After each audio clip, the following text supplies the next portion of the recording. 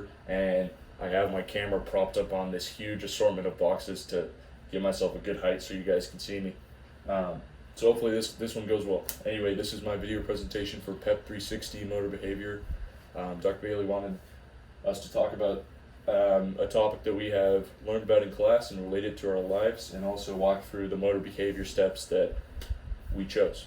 So I chose the degree of freedom of the knee, specifically concerning the ACL and how we can prevent injury when we're playing sports. So basic knee anatomy to get you guys caught back up here if you guys need an anatomy refresher. You have your femur, your tibia, and your fibula, and right here, and then obviously your patella right here, and you have 4 major ligaments concerning the knee. You got your LCL, your MCL on both sides of your knee. Then you have your ACL right between, and then your PCL is located right behind your ACL. So obviously the ACL is the most prominent of these ligaments. It's right between your 2 bones, absorbs the most force. It allows us to do the things that we take for granted every day, such as walking upstairs, such as jumping, leaping, bounding, running, any sort of movement concerning our lower extremities. It allows us to do. It's very, very, very important. A little bit of background of how I hurt my knee. I was jumping over like a stream, and I landed awkwardly, and my left knee took the brunt of the force, and my patella dislocated that way, and I strained my left portion of my meniscus, and then also strained my LCL. So I had a dislocated knee. Pretty freak injury, pretty bad injury concerning. I would have rather broke my leg than dislocated my patella, but let's talk about how to prevent that.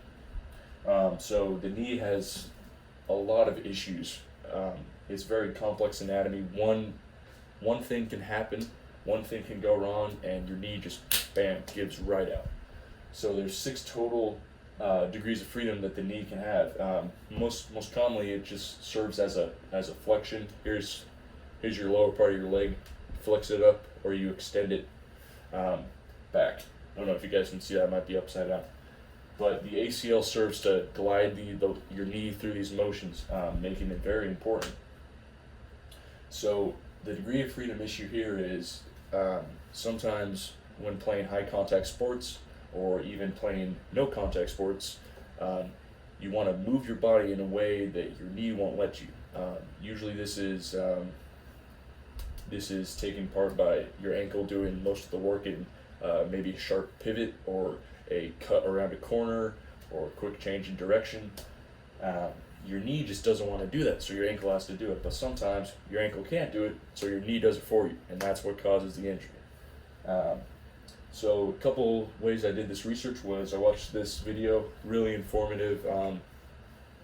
It's called Why the Human Knee is a Design Disaster. It basically talks about the history of the knee, the history of us, and how we evolved from walking on 4 legs into 2 legs very quickly, which caused us problems in our evolution, making our knees very not well equipped to handle the newly formed way of getting around that we obviously do now. And so this goes back to the degree of freedom issue, which we talked about in class with Nikolai Bernstein. The degree of freedom is an independent motion. So when you're trying to do a lot of things as much, such as run forward and then cut and then immediately rotate, like for instance, if I'm playing soccer, running forward, cutting, then rotating, there's a lot of motions going on, and that's going to cause a problem. So yeah, that's when the injuries occur.